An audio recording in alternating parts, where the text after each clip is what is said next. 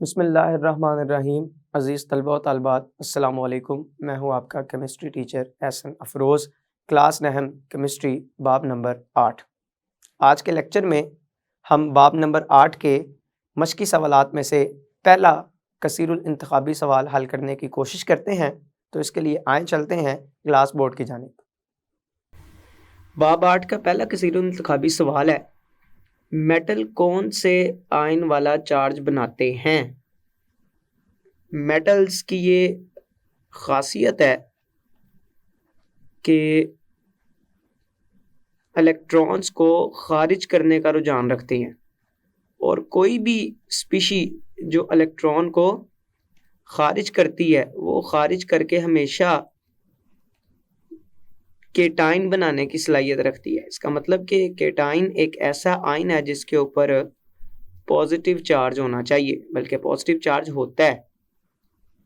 तो ऐसी स्पीशी जिस पर पॉजिटिव चार्ज हो वो केटाइन है और केटाइन इलेक्ट्रॉन के खराज से बनता है। और ये खासियत किन के अंदर पाई जाती है? मेटल्स के अंदर। पॉजिटिव चार्ज, अब कौन सा पॉजिटिव? सवाल है unipositive, dipositive, tripositive या सारे ही। तो ये तो इसका इन्हिसार इलेक्ट्रॉनिक कन्फिग्रेशन के ऊपर है। ऐसे एटम जैसे कि सोडियम, जिसके वैलेंस शेल में एक ही इलेक्ट्रॉन है, ये सिर्फ एक ही इलेक्ट्रॉन खारिज करने का रुझान रखेगा और इसके नतीजे में जो आयन बनेगा उस आयन के ऊपर चार्ज भी एक ही होगा, यूनिपॉजिटिव।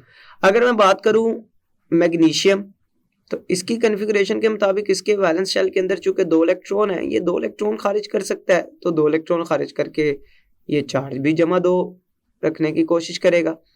इसी तरह से अगर मैं बात करूं एल्यूमिनियम, तो इसकी कन्फिग्रेशन के मुताबिक इसके वैलेंस शेल के अंदर 3 इलेक्ट्रॉन है, तो लिहाजा ये 3 इलेक्ट्रॉन खारिज करके जमा 3 चार्ज रखने का रुझान रखता है। इसका मतलब कि चार्ज की नोयत क्या होगी? जमा 1 होगा, 2 होगा, 3 होगा, यूनी पॉजिटिव यूनी नेगेटिव कौन सा होगा? इसका इन्हिसार इलेक्ट्रॉनिक कन्फिग्रेशन के ऊपर है, लिहाजा तीनों तरह के पॉजिटिव चार्जेस ये जाहिर करते हैं। तो मैं दुरुस्त जवाब डी को मानते हुए इसको टिक करूंगा।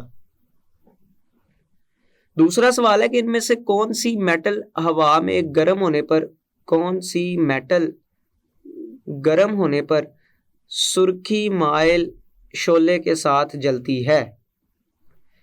हमने अल्कली और अल्कलाइन अर्थ मेटल्स में से सोडियम, मैग्नीशियम, कैल्शियम, इनकी खसूसियात का मुवाजना कर रखा हुआ है। मैं जानता हूं कि सोडियम जो है ये सुनहरी पीला शोला देती है जलने पर। अगर मैग्नीशियम की बात करें तो ये भड़कीला सफ़ेद शोला देती है। और अगर मैं कैल्शियम की बात करूं तो कैल्शियम ब्रिक रेड यानी कि सुर्खी माइल शोला देती है। तो हमने इन्हीं 3 के हवाले से बात की थी, तो इनमें से जो सुर्खी माइल के लिहाज से दुरुस्त जवाब है वो डी है। मैं इसको टिक करूंगा। तीसरे नंबर पर है कि सोडियम बहुत रिएक्टिव मेटल है, लेकिन ये रिएक्ट नहीं करती। रिएक्टिव है लेकिन फिर भी रिएक्ट नहीं कर रही। किसके साथ? हाइड्रोजन से रिएक्ट नहीं करती, नाइट्रोजन से रिएक्ट नहीं करती, सल्फर से रिएक्ट नहीं करती, फास्फोरस नहीं करती। हाइड्रोजन के साथ रिएक्ट करके तो सोडियम हाइड्राइड बनाती है, सल्फर से सोडियम सल्फाइड, फास्फोरस से सोडियम फास्फाइड, लेकिन सोडियम नाइट्राइड नहीं बनाते जो सोडियम मेटल है।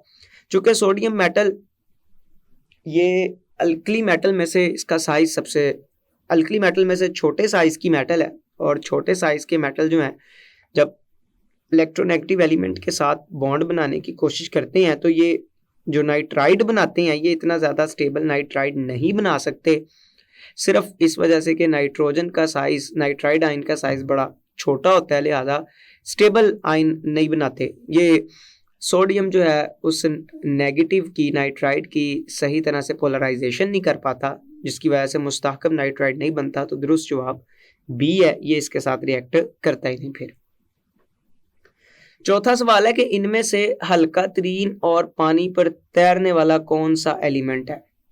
किसी भी एलिमेंट के हल्के या भारी होने का इन्हिसार जो है ना वो एटम की या एलिमेंट की डेंसिटी पर है। जिसकी 2 बातें, जिसकी डेंसिटी होगी ज्यादा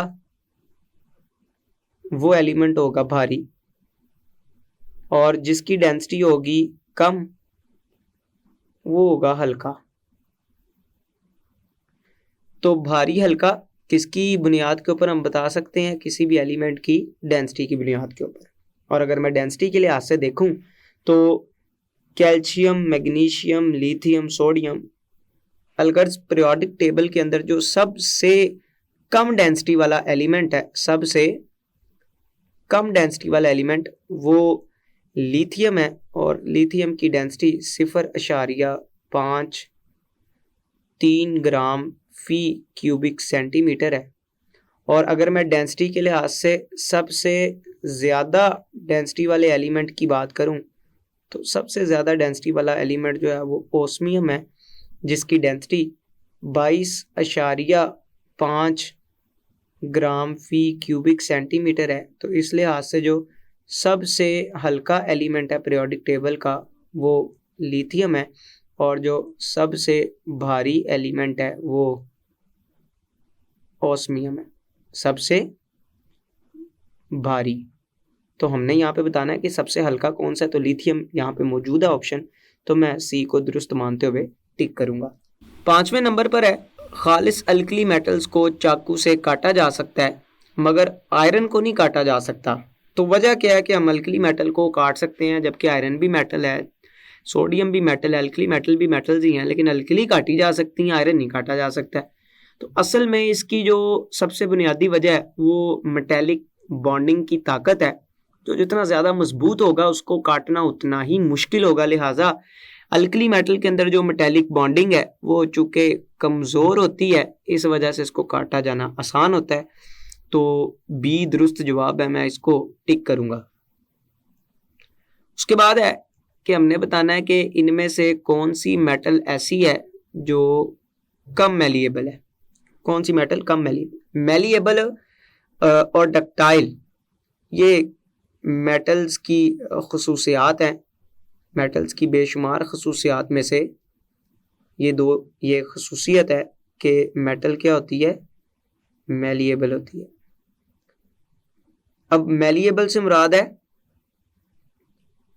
कूट कर, किसी चीज को कूट कर उसकी क्या बनाना, चादरें बनाना, इसको कहते हैं मैलिबिलिटी, कूट कर चादरें बनाने को। तो लिहाजा मेटल्स को कूटा जा सकता है, कूट कर उनकी चादरें बनाई जा सकती हैं, लेकिन वो पूछ रहा है कि सबसे कम कौन सी है। तो जो सादा सी बात है, जो मेटेलिक बॉन्डिंग कमजोर रखती होगी वो जरा कम मैलिएबल होगी, उसको क्योंकि वो नरम होती हैं, वो लचकदार होती हैं, और जो लचकदार होती हैं उनको चादरें बनाना थोड़ा सा मुश्किल होता है। लिहाजा अगर मैं बात करूं आयरन, गोल्ड, सिल्वर, ये तो बहुत ज़्यादा मैलिएबल हैं, तो इनकी मुनासबत से सबसे कम मैलिएबल सोडियम है, तो सोडियम को मैं दुरुस्त मानते हुए टिक करूंगा। 7वें नंबर पर है मेटल आसानी से इलेक्ट्रॉन खारिज करते हैं। अब आसानी से इलेक्ट्रॉन खारिज करने की वजह क्यों? क्योंकि मेटल्स जो हैं वो इलेक्ट्रो पॉजिटिव हैं, ये पॉजिटिव चार्ज रखने का रुझान रखते हैं, इस वजह से ये आसानी से इलेक्ट्रॉन खारिज कर देते हैं। और वो स्पीशी जो इलेक्ट्रॉन खारिज करती है वो कैटाइन बनाती है, और कैटाइन ऐसा है जिसके ऊपर पॉजिटिव चार्ज होता है। तो चूंकि ये इलेक्ट्रो पॉजिटिव है इसलिए ये आसानी से इलेक्ट्रॉन खारिज कर देती हैं। तो सी जवाब दुरुस्त है, मैं इसको यहाँ पे टिक करूंगा। 8वें नंबर पर है कौन सी मेटल आसानी से टूट जाती है। तो ये जो टूट जाना है ना, टूट जाना, ये असल में इसको इंग्लिश में एक लफ्ज के साथ जाहिर करते हैं, और वो लफ्ज है ब्रिटल। टूट जाने को ब्रिटल बोला जाता है, ब्रिटलनेस, टूट जाना किसी चीज का। और वो चीज टूटती है जो क्या होती है, सख्त। वही चीज टूट सकती है जो क्या होगी, सख्त।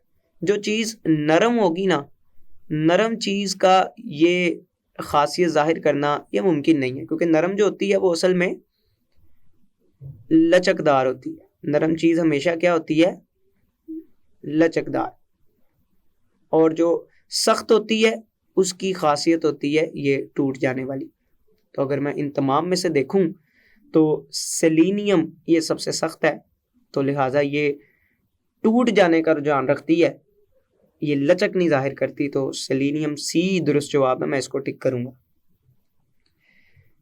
9वें नंबर पर है, दर्ज झैल में से कौन सा नॉन मेटल चमकदार है? नॉन मेटल क्या है? चमकदार। वैसे तो नॉन मेटल की ये खासियत होती है कि ये चमकदार नहीं होते, लेकिन इसके बावजूद एक नॉन मेटल ऐसी है जो कि चमकदार है।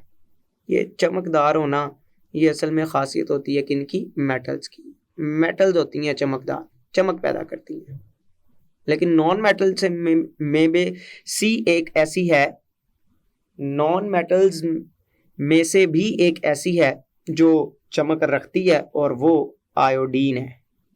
ये चमक रखती है। सी दुरुस्त जवाब है, मैं इसको टिक करूंगा यहाँ पे। 10वें नंबर पर है कि नॉन मेटल आमतौर पर नरम है।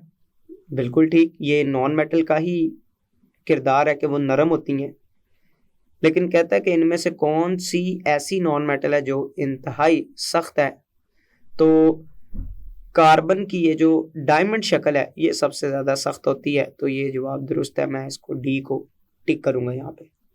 11वें नंबर पर है कि दर्ज झैल में से कौन हल्के HCl के साथ रिएक्ट नहीं करता? हल्के HCl, हल्के HCl से मुराद यहाँ पे, हल्के HCl से मुराद यहाँ पे है डाइल्यूट HCl। हल्के से मुराद है डाइल्यूट HCl।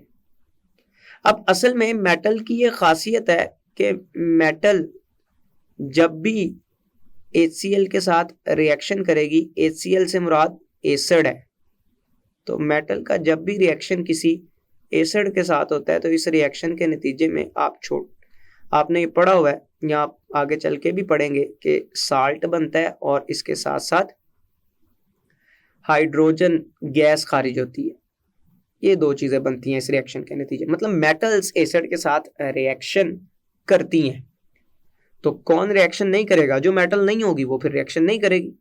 अगर ये ऑप्शन देखें तो sodium, B potassium, C calcium, तो ये तीनों ही चूंकि मेटल्स हैं ये तो फिर रिएक्शन करेंगी और रिएक्शन करके साल्ट भी बनाएंगी, हाइड्रोजन गैस भी खारिज करेंगी।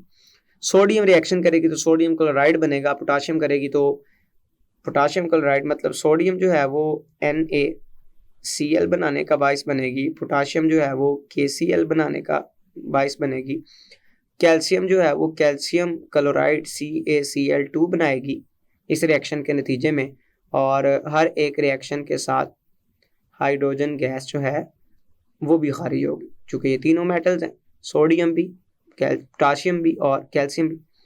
उसने पूछा कि कौन रिएक्ट नहीं करता, तो जो फिर नॉन मेटल है वो रिएक्शन के अंदर नहीं हिस्सा लेगी। तो यहाँ पे कार्बन ही नॉन मेटल है तो ये रिएक्शन के अंदर हिस्सा नहीं लेगा, तो चूंकि डी दुरुस्त जवाब है तो मैं डी को यहाँ पे टिक करूंगा।